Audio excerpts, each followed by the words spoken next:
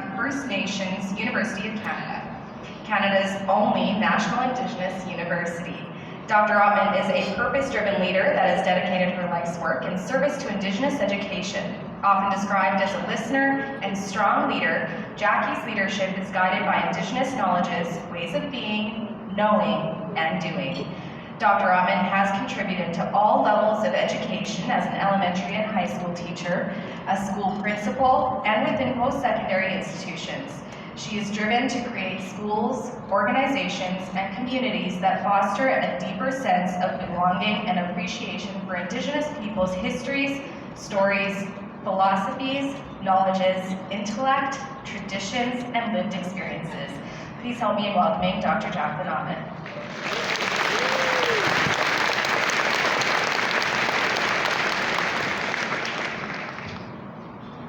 I always begin by saying, Mindino Magana, Mizaweka Pepa Mountain Dizanakas, Yetikanda Mioma Yanum. I'm very happy to be here today. My name, as was shared, is Jackie Ottman, or Mizaweka Pepa Mountain. And I am originally from, we call it Nuchikanozeaning, or Fishing Lake First Nation, not too far from here. Thank you, Sabine. Thank you, Cook and Brenda, for the powerful message, and I do believe the shift is here. And I'm going to go straight into the script because we're here to listen to someone incredible. As a lawyer, an advocate, and a leader among Canada's Indigenous peoples, the Honorable Jody Wilson-Raybould has built a strong reputation as a bridge builder and champion of good governance and accountability. She was first elected as a Member of Parliament for the new constituency of Vancouver-Granville in 2015 and appointed the Minister of Justice and Attorney General of Canada, making her the first Indigenous person to serve in this portfolio. Prior to politics, Ms. Wilson-Raybould was a provincial Crown prosecutor in Vancouver and served 3 terms as an elected commissioner of the BC Treaty Commission. She was elected BC Regional Chief of the Assembly of First Nations in 2009. Up to 2015, she devoted herself to the advancement of First Nations governance, fair access to land and resources, as well as improved education and healthcare services. In 2021, Wilson-Raybould released her memoir, Indian in the Cabinet, which became a #1 national bestseller and was a finalist for the Writers' Trust I can't say that word to this morning, Balsillie Prize for Public Policy. Her most recent book, just released this past November, is True Reconciliation: How to Be a Force for Change. Please welcome the Honorable Jody Wilson-Raybould.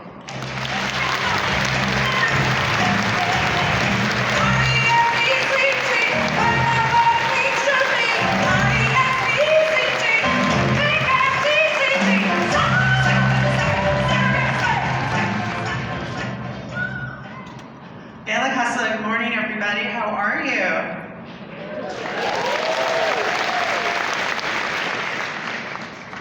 Well, thank you so much for having me here today. Thank you, Cookham, for the welcome and the words of encouragement. Thank you so much for having me here on International Women's Day. I'd like to acknowledge that we are on Treaty 4 lands, and thank you for the welcome to this beautiful place. To all of the dignitaries in the room, His Honor, everyone, students, faculty, presidents, chancellor, thank you for having me again.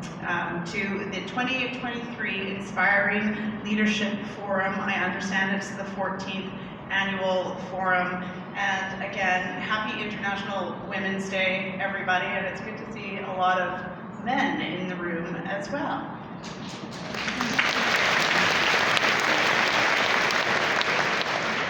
So I want to thank TD for sponsoring the event. Thank you to the University of Regina for having me here. Your theme, Born to Transform, an important theme for an important time.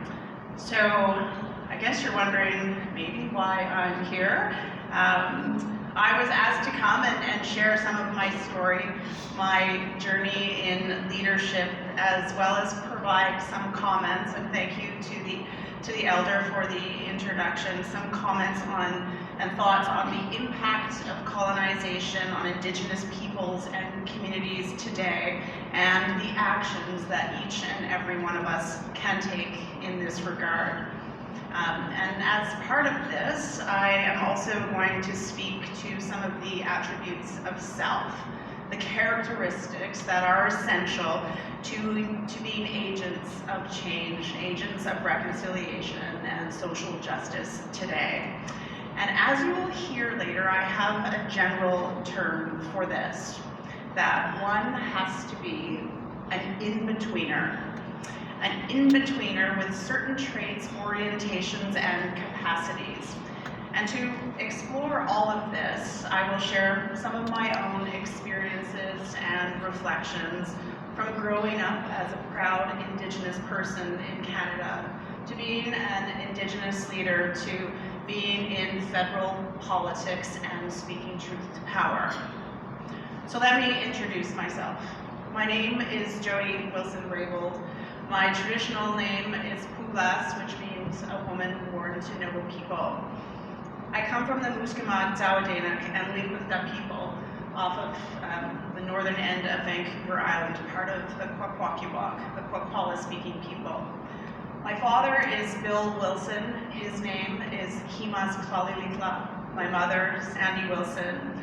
And my grandmother, she was Ethel Pearson. Her traditional name, her Kwakwala name, Puglati. So in reflecting on my ancestors, my upbringing, my culture and family, I've often written and spoken about the word relentless, relentlessness. How life for Indigenous peoples and so many other peoples is relentless. That meeting the basic socioeconomic and cultural well-being requires relentlessness.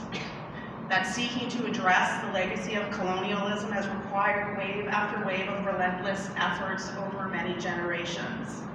That being a leader in Indigenous communities and politics requires a formidable will of spirit to endure all sorts of challenges. And it is that relentlessness, boldness in leadership and in the work of true reconciliation that I will emphasize today based on my culture, my teachings, and my experience, and how each one of us